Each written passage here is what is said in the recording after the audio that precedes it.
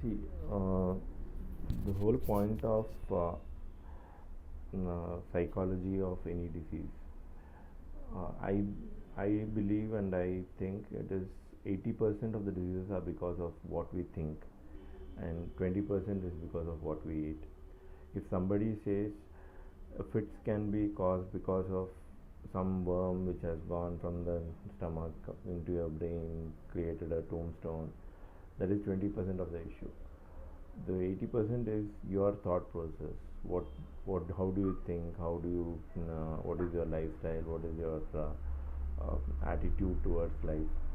So, what happens usually is when you keep thinking about something, worrying about something, or getting frustrated, or angry, or feeling sad, all these emotions can create a spiral of thoughts which continuously will be running in your background. Even if you are sitting with somebody, talking to somebody, or even if you are working or doing whatever, the thoughts will be going on in the background. Those thoughts will create lot of problems in you, in the sense they will use up your brain capacity to remain calm, or even what do you say, be peaceful. So those emotions will be burning you from inside. So when those emotions for over few years, gradually, when the structure gets a little bit deformed, like you don't eat well, you don't sleep well, you are under too much of stress, then somewhere the insulation, like similar to the electric cables, the insulation to the the nerve fibers, what we call axons, and their myelin sheath, somewhere at one point it might get damaged. So there is a sparking of current from one nerve fiber to another nerve fiber. It's something like a electric short circuit. So that short circuit will create what is called a fit. Okay, so it all starts with just anger. The simplest thing, we feel it is common to be angry, but the problem is anger should be a, I would say, an enactment rather than an experience. If you feel angry, you act as though you are angry, but you're acting, it's like everybody likes to be theatrical, and you have played any what is enacted somewhere in the school or drama. See, those skills you need to learn. So anger should be an enactment rather than an experience within your mind or a heart, whatever. So because the subconscious mind is connected to all the autonomic nervous system through the chakras. When you look at Ayurveda perspective of body, there are a lot of chakras. Similarly, when you look at the allopathic perspective of the structure of the body, the neuronal nerve plexus, the plexus is a web of nerves occur in each point of the corresponding to each chakras. The subconscious mind is wired up for truth. I mean, it knows what is true. What is true? I mean, truth according to your terms, at least according to your knowledge. Maybe sometimes if we don't know the full information, we might believe something as truth.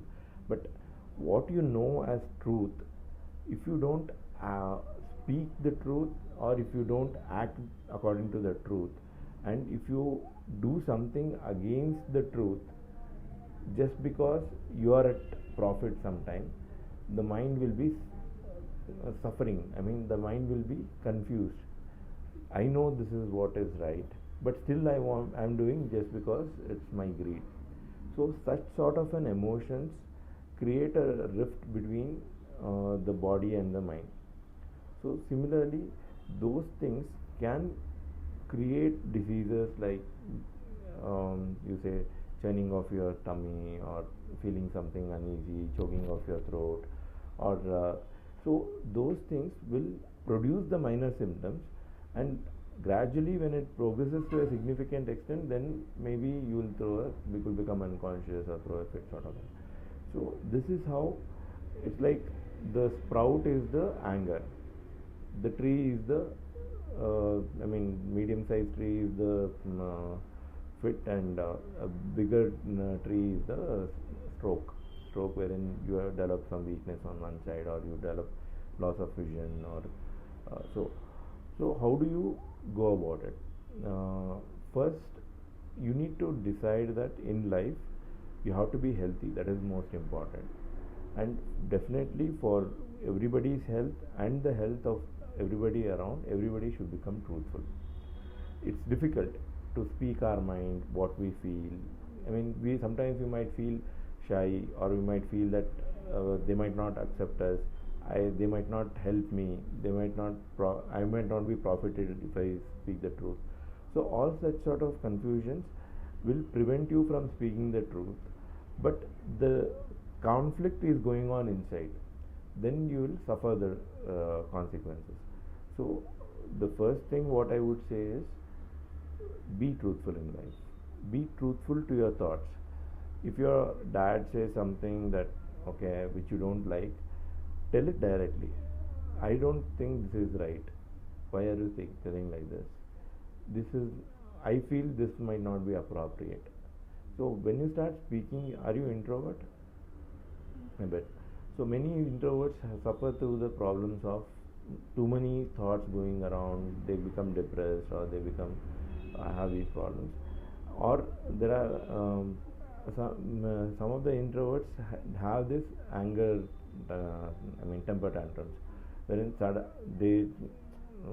they suppress their emotions, their thoughts, and their opinions to a certain extent, and suddenly at one point they outburst saying that okay, enough is enough, sort of thing. So instead of that sudden spike, sometime you gradually be discharging your mind. I mean, giving them your peace of mind. What we say. So tell them what you feel. I mean, whoever it is, your friends, what is your thought process. Why you should speak is, many a times you might be right, and that might be the most important suggestion anybody can get at that point of time. So then they will be benefited, and they will actually be thankful to you. So you should tell. Sometimes you might have misunderstood them. So if you have misunderstood them, then they will give you a clarification wherein your understanding of the situation or them or whatever will become better, and you will grow as a person, professionally or personally, or your interpersonal relationships, all those things will improve. So that's why. And in some situation it might not be very appropriate, but still you should convey it in the mildest and the softest form. I don't think this is appropriate. Maybe it would be better if we do like this, or maybe might be helpful to everybody if it might be better. So that is the way you need to communicate. Okay.